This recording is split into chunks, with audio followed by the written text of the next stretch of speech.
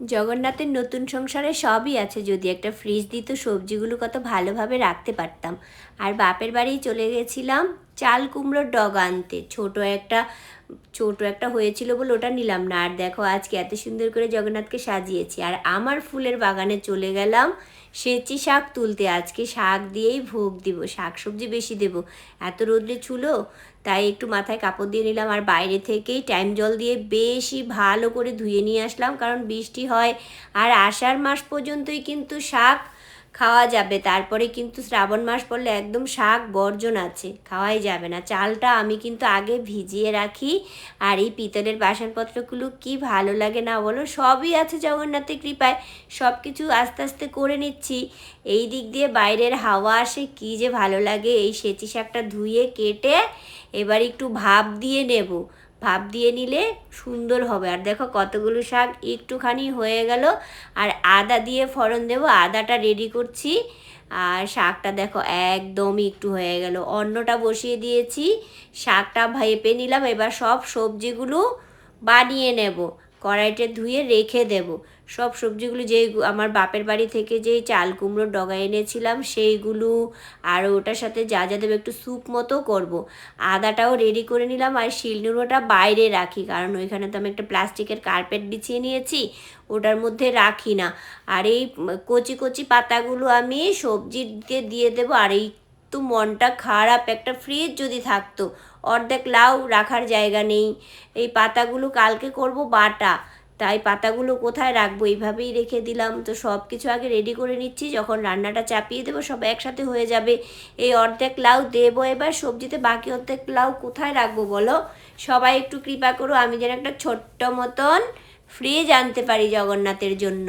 অন্নটা বলক এসে গেছে কিন্তু হয়নি, আর একটু হবে, তাই আবার ঢেকে রেখে দিলাম। আর যেই সবজিগুলো একটু শক্ত মতো, যেমন আলু গাজর, এইগুলো আগে সিদ্ধ করে নেব। আর যেগুলো খুব তাড়াতাড়ি হয়ে যায় ওইগুলো অল্প সিদ্ধ করতে হবে। সবজি লাল হয়ে গেলে কিংবা বেশি সিদ্ধ হয়ে গেলে কিন্তু টক টক লাগে, আর গুণগত মানও নষ্ট হয়ে যায়। সবুজ সবুজ থাকলে ভালো লাগে।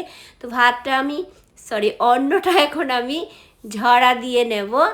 আর এইটা একটা এই পদ্ধতিতে ঝরা দেব, আমি কিন্তু ধরে বসে থাকবো না, ওটার মধ্যে উপর করে রেখে দেব। আর একটা চামচ মতো দিয়ে দেব, যেটাতে একটু ঠেলা দিয়ে থাকলে আর এটা উপর হয়ে পড়ে যাবে না। খুব সুন্দর হয়ে গেল। তো তুমি ঝরতে থাকো বাবা, এবার আমি সবজিগুলো রান্না করে নিয়ে আসি। আগে শাকটা ফোড়ন দেব, আদা আর শুকনো লঙ্কা দিয়েছি। কি দেখো কি ধক উঠে যাচ্ছে পুরো ঘর। তো সামনেই সিংহাসন আমার, ভাবছি যে জগন্নাথেরও কষ্ট হবে, তাই রান্নাঘরটা যদি একটু বাইরে করতে পারতাম ভালো হতো। শাকটা এখন একটু ভেজে নিলাম। এই পরে এই কড়াইতেই আগে জল, নুন আর কাঁচা লঙ্কা, জলটা একটু ফুটবে, তারপরে দিয়ে দেব আলু আর গাজর, এইগুলো দিয়ে একটু ঢেকে রাখবো। পরে হতে থাকবে, এই দিক দিয়ে আমি নরম সবজিগুলো বানাতে থাকবো। আর মেয়ের দোলনায় বসে বসে পাতাগুলো হাতে ছিঁড়ে নিচ্ছি। এই শাক পাতা কিন্তু বটিতে কাটলে একদম ভালো লাগে না, কেমন জানি লাগে। ওই দুটো সবজি হয়ে গেল পরে আমি সমস্ত নরম সবজিগুলো দিয়ে একটু ঢেকে রাখবো। আস্তে আস্তে ঢেকে ঢেকে সবজি করলে কিন্তু সুন্দর হয়। আর ধনে পাতা অবশ্যই দিতে হবে, ধনে পাতাটা ভালো করে বেছে আমি এখন বানিয়ে নেব। আর এই পাতাগুলো দিব একদম শেষে, ফোড়ন দেব তখন। আর প্রথমে কিন্তু আমি ফোড়ন দিইনি, শুধু জল দিয়ে সব সিদ্ধ করলাম। এইবার শুকনো লঙ্কা আর কালো জিরে দিয়ে ফোড়ন দেবো। বাবা কি মারাত্মক একটা ফোড়ন হয়েছে। আমি খুব তাড়াতাড়ি ঢেকে দিলাম, সামনেই আমার জগন্নাথ আছে। আর একটু আটা দিয়ে দেব, খুব নরম হয়ে যাবে, মজে যাবে সবজিগুলো। আছে না একটা কেমন তাকিয়ে তাকিয়ে থাকে, সেইটা আর হবে না। এবার একটু মাকে দেখতাম এমন করে গোল গোল করে ঘুটনা দিয়ে দিতে, আমি একটু ঘুটে দিলাম। সবজিটা হতে হতে আমটা বানিয়ে নেব। আর আমি বেশিরভাগ সময় কাটাটা বলে ফেলি, অনেক মাতাজিরা ভক্তরা বলে যে এটা ঠিক না, আসলে আমি ছোটোবেলা থেকে বলে অভ্যাস, তো এই সমস্ত ভুলগুলো আমার খুব হয়ে যায়। তো তোমরা সবাই ক্ষমা করো, আর জগন্নাথও ক্ষমা করো। এবার গরম গরম অন্নের সাথে, ঝরঝর অন্নের সাথে শুকনা লঙ্কাটাও দিলাম, আর শাকটা দিয়ে দিলাম, শাকটা হাতে তোলা শাক, কি সুন্দর সবুজ হয়েছে। আর এই সবজিটা দেখো একদম স্যুপের মতো হয়েছে, ঝোলটা একটু বেশি রেখেছি।